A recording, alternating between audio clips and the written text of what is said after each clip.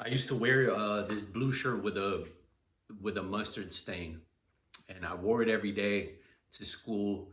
It became sort of my it became sort of like a part of my persona, and it was like a gag that I had that I would wear always like this AAA blue mustard stain shirt, and I wore it every day, and that was my thing.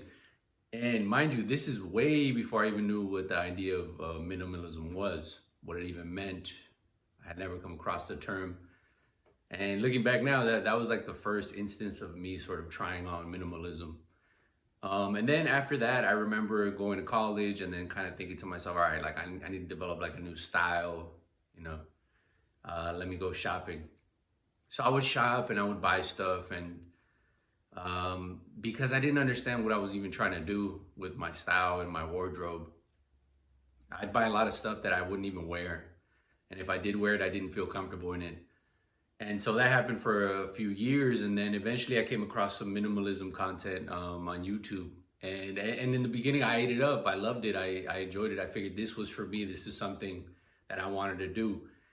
And so before I start, pointing out the cons of minimalism, let me just say the most important thing that I took away from it. And like I said, everything has utility, right? It's not like you can just write it off totally. The thing is with minimalism, though, the positive side of it is that what you at least can detach yourself from the material things that you have in this world, right? You're not you don't put so much stock in it. You're not so invested in these things if something happens, right? And I had a particular moment in time where that really did crystallize for me.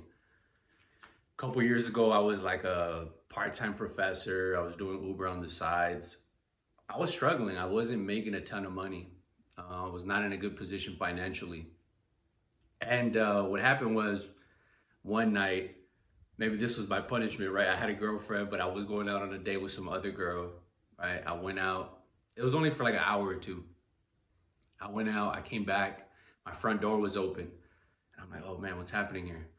And then I realized like, oh, somebody broke in because the bathroom window was open, was ripped open, broken. And so they took my laptop. It almost seemed like they knew all the stuff that I really enjoyed because I had very few things. I didn't even have a TV. They took my laptop, of course. They took my favorite pair of jeans, my favorite pair of shoes, and my favorite jacket. Like I said, it was like, man, these guys do exactly the things that I enjoyed most in life at the time. And so I was crushed, I was pissed because I was like, man, how can somebody do this? Like, I don't even have money like that to replace these items. A MacBook was going to cost me 1K. The other things I could replace over time. But I was visibly upset. I was shaken up by the whole ordeal. But anyhow, I think that moment in particular made me realize, like, yeah, there's no way that you should be attached. Like, anything that I have, I should be okay with not having it, right? If I was ever presented with that scenario ever again. And so that was one of the first things that I really learned about minimalism was the detachment from these objects, right? Not adding, your value shouldn't be attached to this material stuff, right? And to exercise that, I had this car and I kept it for years, and it was it wasn't like beat up, but it was not a fancy car by any means. It was not the kind of car that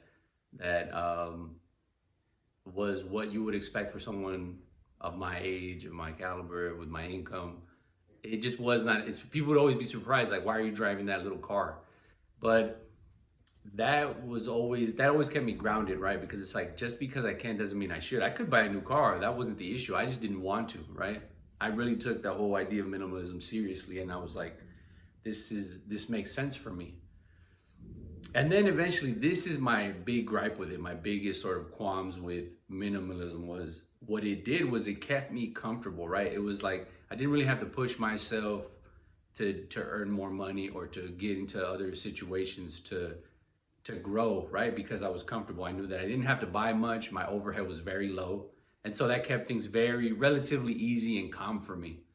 But the important thing is, right, this is the problem with minimalism, is that if you stay there, you're gonna stay there, right? And that's as far as you're gonna go. But if you push yourself and say, hey, fine, I'm not gonna attach myself to these items. However, I will push myself to be able to purchase certain things that I really want, so that it challenges me to and forces me to get out of my comfort zone, right? So what I did was, like, I bought a new car.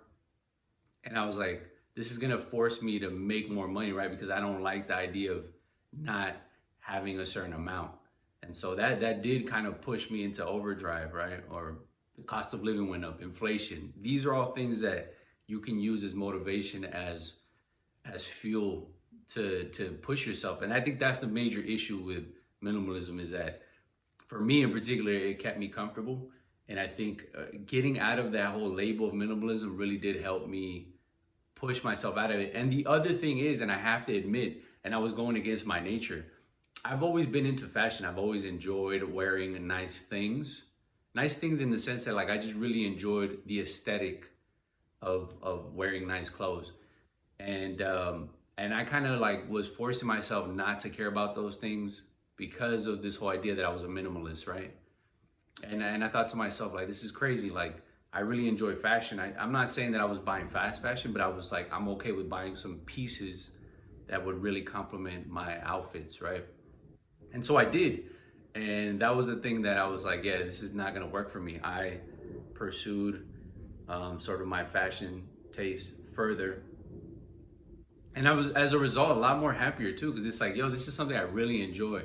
I really enjoy exploring, different fashion and things of that nature that come with it. If I was gonna keep wearing the same 2 or 3 shirts every day, I feel like that was not really something that I could do in the long term. And I did it for a long time, but it was going against what I really wanted to do. And it's funny because now I get a lot of compliments of my wardrobe.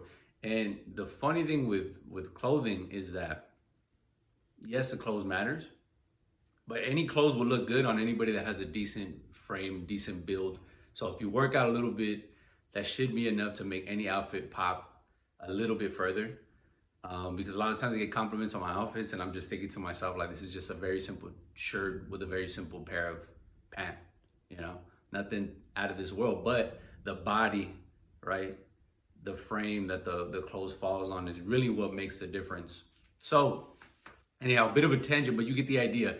I don't think, I'm gonna be very firm on this, I don't think minimalism is a sort of identitarian sort of label that you wanna attach to yourself permanently.